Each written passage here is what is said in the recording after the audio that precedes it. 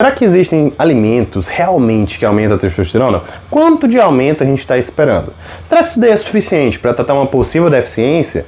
Ou até para aquela pessoa que quer ficar mais forte? Esses alimentos poderiam ser algo a mais, um turbo? Tudo isso daqui você vai ver nesse vídeo completo, tá bom? Meu nome é Dr. Gabriel Feitosa e eu trabalho diariamente com pacientes que buscam saúde, qualidade de vida e melhora da composição corporal, também da sua performance, tá certo?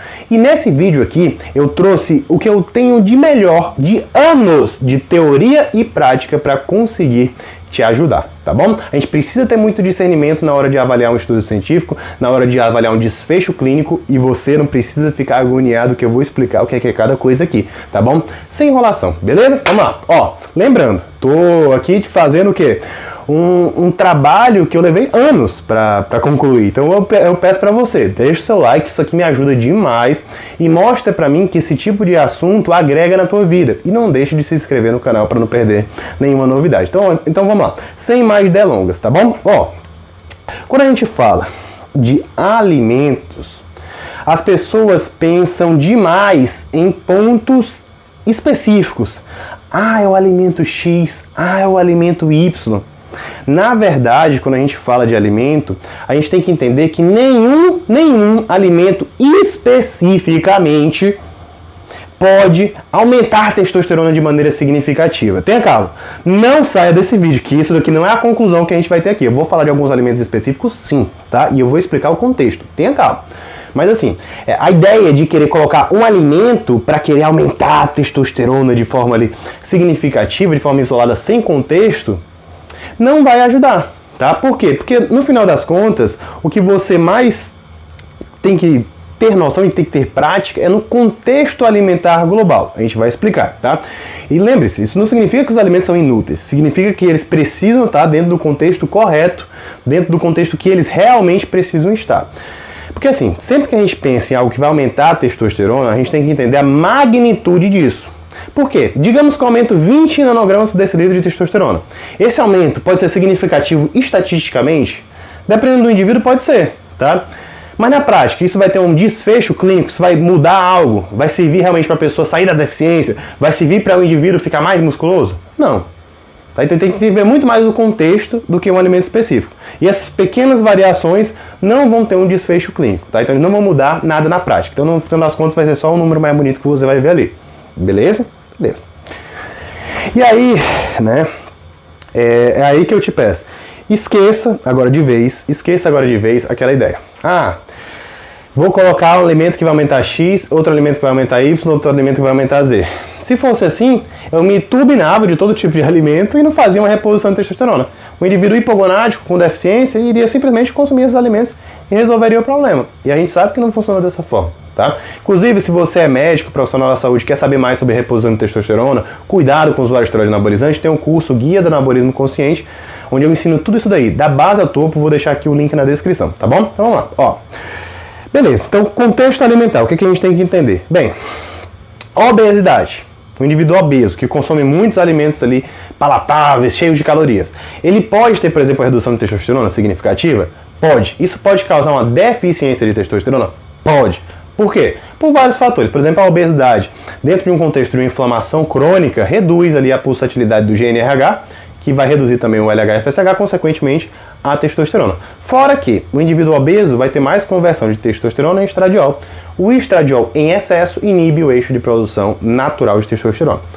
Mas além da questão da obesidade, a própria restrição calórica excessiva, principalmente quando associada ali dentro de um contexto de excesso de exercício também, causa o quê? Uma redução também da testosterona. Então a gente tem que entender, né, o contexto. Então o indivíduo que está obeso, o indivíduo que está comendo muito pouco, ele pode ter uma testosterona baixa, tá? Inclusive, eu vou pedir, comenta aqui embaixo se você já fez um exame de testosterona dentro de um contexto que você estava em uma dieta hipocalórica, muito restrita, e deu baixa e depois ela aumentou, ou se você já esteve obeso, estava com sintomas de hipogonadismo, deficiência de testosterona, mediu a testosterona e viu que estava baixa realmente. Só que depois se tratou e melhorou. Ou até se você não tratou nenhuma das duas e tá com a testosterona baixa, comenta aqui embaixo, tá bom? Pra eu ver e conseguir, talvez, te ajudar com alguma dica, tá bom? Vamos lá, ó. E aí, nesses casos, qual é a solução? Ajuste calórico, né? Se o indivíduo é obeso, ele tem que perder peso, vai fazer uma dieta hipocalórica. Logicamente, se a gente está falando de obesidade, uma doença crônica multifatorial, a gente vai ter que mexer em vários componentes. Inclusive, eu tenho outros vídeos sobre esse tema no canal. Então, não esquece de pesquisar. E se você está falando de um indivíduo que está com poucas calorias, às vezes é o momento de colocar um pouco mais de caloria para ele voltar ali a ter mais desempenho, mais saúde e conseguir também retomar os níveis de testosterona. Beleza.